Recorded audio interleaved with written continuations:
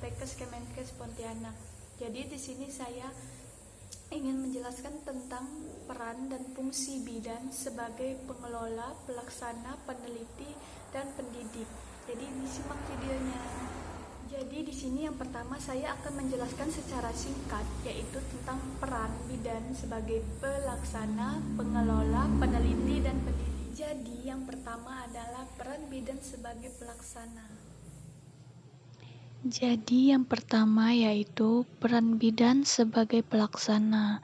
Sebagai pelaksana, bidan memiliki 3 kategori tugas, yaitu tugas mandiri, tugas kolaborasi, dan tugas rujukan. Dan selanjutnya adalah peran bidan sebagai peneliti. Yang selanjutnya yaitu adalah peran bidan sebagai peneliti, melakukan investigasi atau penelitian terapan dalam bidang kesehatan baik secara mandiri maupun kelompok. Yang selanjutnya peran bidan sebagai pengelola.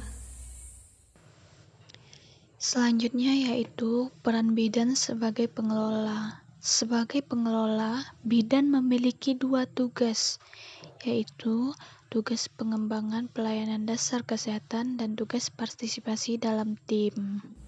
Dan yang terakhir adalah peran bidan sebagai pendidik. Dan selanjutnya yang terakhir yaitu peran bidan sebagai pendidik. Sebagai pendidik, bidan mempunyai 2 tugas, yaitu sebagai pendidik dan penyuluhan kesehatan bagi klien serta pelatihan pembimbingan kader. Yang selanjutnya adalah kita membahas tentang fungsi bidan, yaitu apa-apa saja fungsi bidan sebagai pelaksana, peneliti, pengelola, dan pendidik. Berikut yaitu membahas tentang fungsi bidan. Yang pertama, fungsi bidan sebagai pelaksana.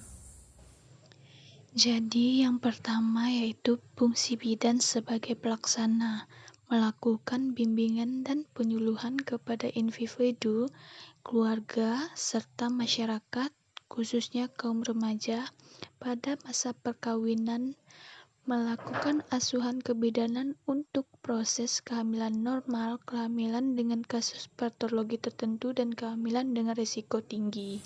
Yang selanjutnya adalah fungsi bidan sebagai peneliti.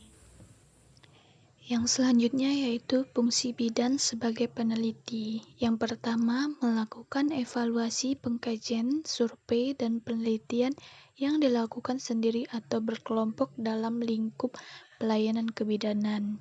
Yang kedua, melakukan penelitian kesehatan keluarga dan keluarga berencana. Selanjutnya, fungsi bidan sebagai pengelola.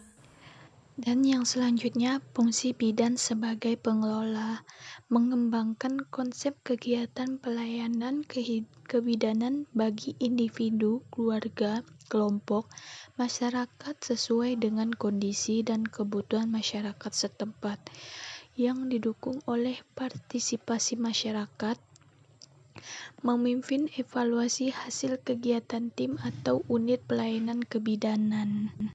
Dan yang terakhir adalah fungsi bidan sebagai pendidik. Dan selanjutnya yaitu yang terakhir, fungsi bidan sebagai pendidik, memberi penyuluhan kepada individu, keluarga, dan kelompok masyarakat terkait dengan pelayanan kebidanan dalam lingkup kesehatan serta KB, membimbing dan melatih dukung bayi serta kader kesehatan sesuai dengan tanggung jawab bidan.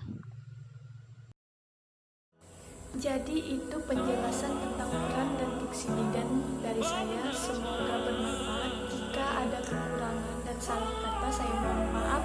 Terima kasih. Wassalamualaikum warahmatullahi wabarakatuh.